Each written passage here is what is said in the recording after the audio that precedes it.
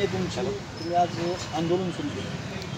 लोहारा नगरपंचायतचे अनधिकृतपणे तालुक्याचे धान्य पुरवठा गोडाऊन जे आहे त्याच्या बाजूला स्वतःची नगरपालिकेची जागा नसताना, महाराष्ट्र शासनाची जागा असताना अनधिकृतपणे संपूर्ण लोहाराच्या गणकचऱ्याचं प्रकल्प त्या ठिकाणी डम्पिंग ग्राउंड उभा केला आहे। त्यामुळे अन्नावर दुष्परिणाम होऊन ते सर्व धान्य तालुक्याच्या पुरवठा गोडाऊनला म्हणजे पुरवठा विभाग राशनच्या माध्यमातून नागरिकांपर्यंत जातं। तो दूषित धान्य असल्यामुळे तो घनकचरा प्रकल्प हटवावा व त्या निधीचा गैरवापर करणारे आणि जागा नगरपंचायतच्या मालकीची नसताना सुद्धा त्या ठिकाणी घनकचरा प्रकल्प उभारण्यात आलेल्या सर्व अधिकाऱ्यांवर निलंबित करून त्या सर्व अधिकाऱ्यांची चौकशी करण्याची मागणी करण्यात येते। काय कोण मला सांगा, कोण हे केलं तुम्हाला आरोप कुणावर हे तुमचा?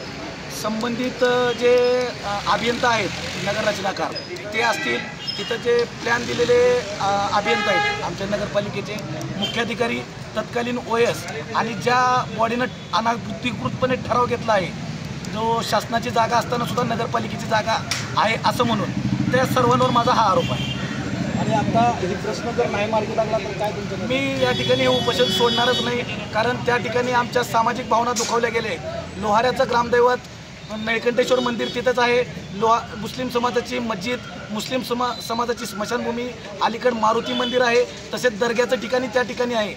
शासनानं कुठलीही अशा अस्वच्छ जागा उभारत असताना परवानगी घेणं गरजेचं आहे। त्या लोकांच्या मागण्या काय आहे त्यावर विचार विमर्श करण्यासाठी वेळ दिलेली असतो।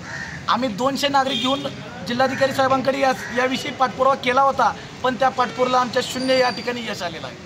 आता नगरपंचायतचं वगैरे कोण आलं का तुमच्याकडे? नगरपंचायतच्या आज सकाळपासून कोण आलं नाही। मला नगरपंचायतने एक पत्र दिलं होतं, मी त्याच्यामध्ये त्यांना प्रदूषण मंडळाची परवानगी घेतलात का, वन विभागाची परवानगी घेतलात का, तुम्ही तहसीलची व जिल्हाधिकाऱ्याची परवानगी घेतलात का असं विचारणा केली होती। तर त्यांनी स्पष्ट सांगितलं ही जागा आमची वैयक्तिक नगरपालिकेच्या मालकीची आहे, त्याच्यामुळे आम्हाला कुणाचीही परवानगी घ्यायची गरज नाही।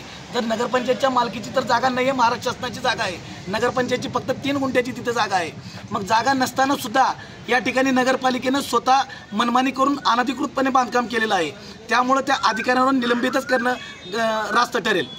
गोदामाच्या शेजारीच हे घनकचऱ्याचा प्रकल्प आहे, होताना तुम्ही विरोध केला नाही? आम्ही 2018 पासून जिल्हाधिकारी साहेबांकडे पाठपुरावा केलेला आहे, माझ्याकडे पाठपुराव्याच्या सर्व कॉपी आहेत। आणि नगरपालिकेने एक प्रस्ताव सुद्धा घेतला होता की तिथून घनकचरा प्रकल्प हा ठिकाण चुकीचा आहे आणि दुसऱ्या ठिकाणी करावा, पण नंतरच्या आलेल्या बॉडीनं अनधिकृतपणे ठराव घेतला आणि त्या ठिकाणी तो घनकचरा प्रकल्प उभारणी केला।